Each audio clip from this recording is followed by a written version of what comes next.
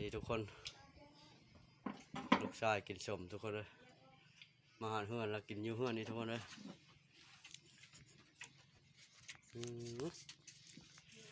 เจ้าก็เป็นตาแซ่บทุกคนเลย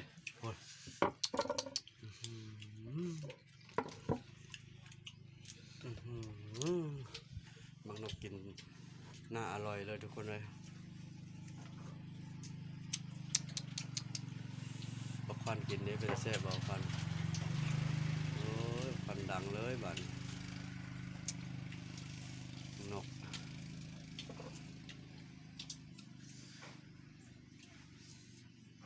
เงยหัวขึ้นแนมหำกันเลย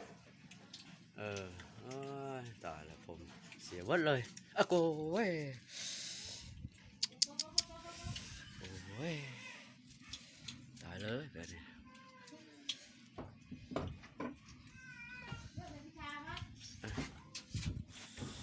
อะโก้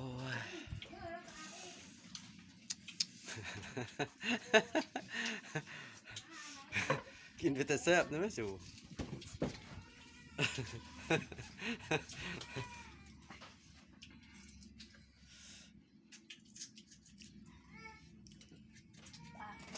อยากพูดถึงเลยกับมะม่วงเกิน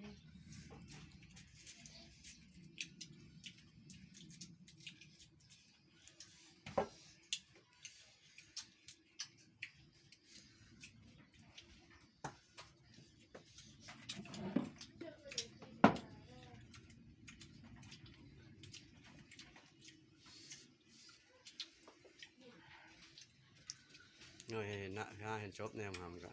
นั่นอันนี้อันช่ำเดี๋ยวก็อยู่ทำหมอใช่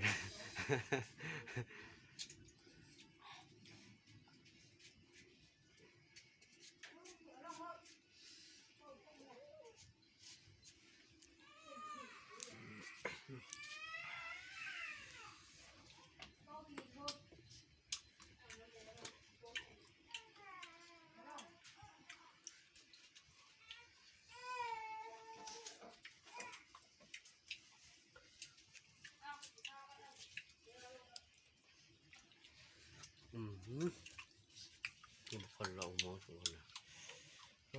ทุกคนเขานำ3 คลิปนี้นะทุกคนนะดังแน่ละคนรอ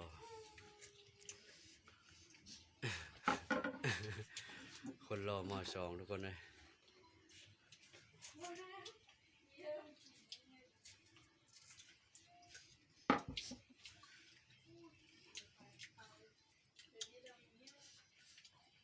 สำหรับคลิปนี้สวัสดีครับทุกคน